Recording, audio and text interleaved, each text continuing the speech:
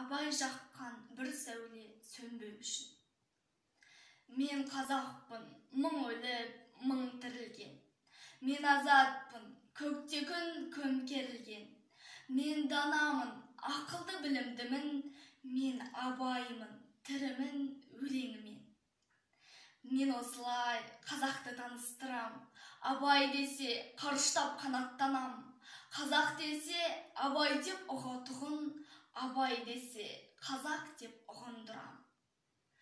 Әрбір сөзі рухани азық болған, қазақтың бас ақыны биік толған.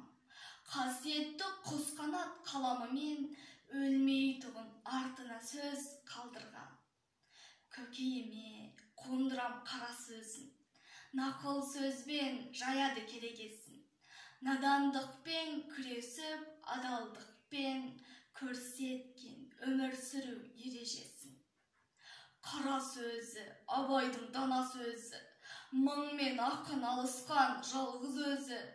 Көкірегі қараңғы кей адамға жарық күнге шығатын қайнар көзі. Жаннан да артық қойған ар намысты, жек көрген алдау, арбау, жалған істі. Сәуле ғой көкірекке сенімді боп, жаныңа дос қып сайлап асыл істі.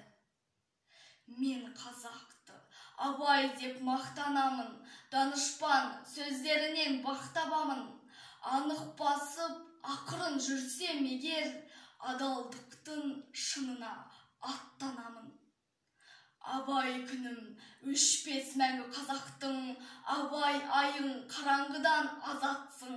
Абай білім таусылмайтын қазына, абай тәлім өнегесі ұрпақтың. Білімнің шынына өрлеу үшін, надандықтың шырмауына көнбеу үшін, ақыл менен қайратты туғып ұстап, абай жаққан бір сәуле сөнбеу үшін.